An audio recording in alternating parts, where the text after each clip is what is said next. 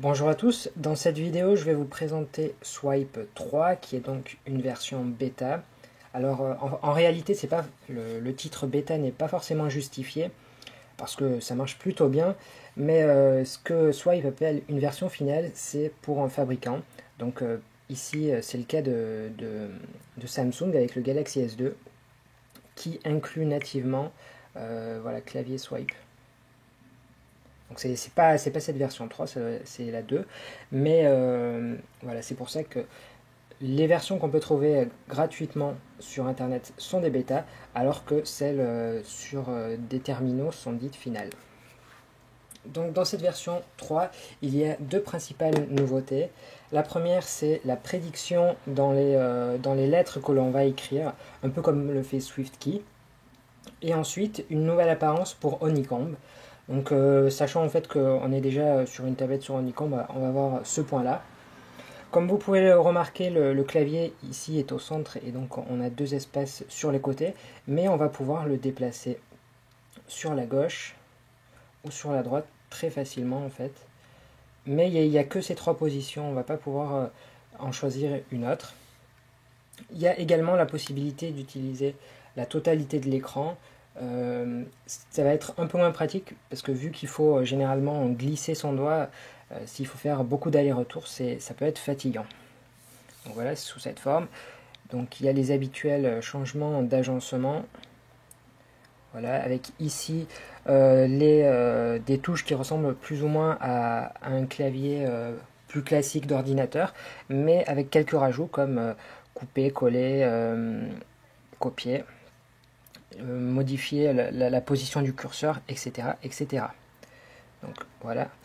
On note que voilà, la reconnaissance vocale ne fonctionne pas sur cette version. Plusieurs langues sont supportées à la fois, donc en se rendant dans les options, on voit ici que le français est activé. Donc il y a de l'anglais, espagnol, toutes les langues qu'on veut à peu près. Donc ici, je viens de sélectionner la langue française et du coup il est passé en AZERTY. Donc maintenant si je veux écrire bonjour, ça va marcher. C'est toujours le même principe, il suffit de glisser son doigt et voir le mot s'afficher. Donc en haut, vous pouvez voir qu'il est bien reconnu. Si toutefois celui qui vient de s'écrire n'est pas le bon, vous allez avoir ici une liste de tous les mots probables qui pourraient également convenir. Et vous noterez que en fait, il y a des propositions qui se basent sur votre écriture. Comme ici vont, c'est un algorithme qui va décider que ce mot est proche de là où vous avez tracé les lettres. Donc en fait, au fur et à mesure, il va comprendre que pour telle trace, ça va être tel mot. Alors si je continue, je vais mettre bonjour, comment. Là je me suis raté.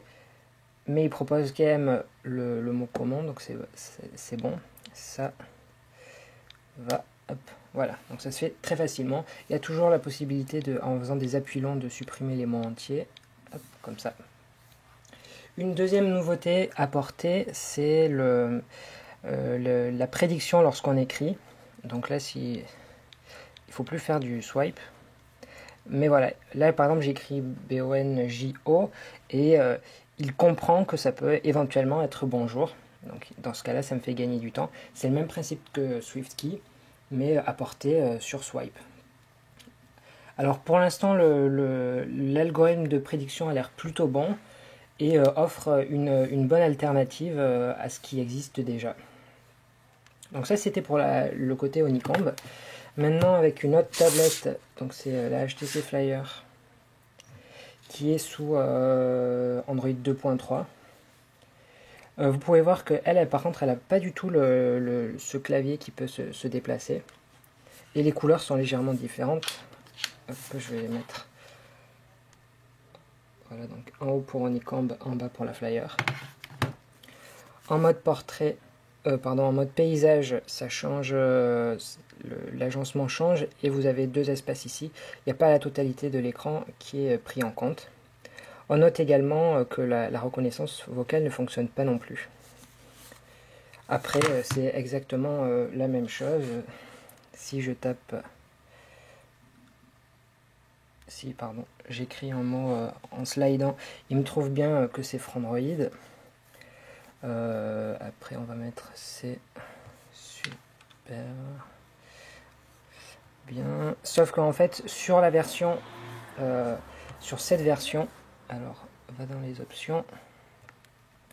C'est pas tout à fait la même que sur Honeycomb parce que vous pouvez voir que la langue française n'est pas proposée dans le dictionnaire. Donc du coup c'est un peu plus handicapant. Et alors c'est assez étrange que Honeycomb en ait et pas l'autre, c'est dommage. Sinon ce qu'on peut dire sur ces deux nouveautés de Swipe 3, donc pour l'interface, pour le changement d'interface, c'est relativement pratique. À la limite, c'est dommage qu'on ne puisse pas le faire bouger de manière, hop, voilà, ce sera mieux comme ça, de manière verticale, alors qu'actuellement c'est que horizontal, mais ce sera peut-être apporté dans des versions à venir. Pour ce qui est de Gingerbread, et les versions sous Android 2, c'est plutôt une évolution avec la prise en compte de la prédiction.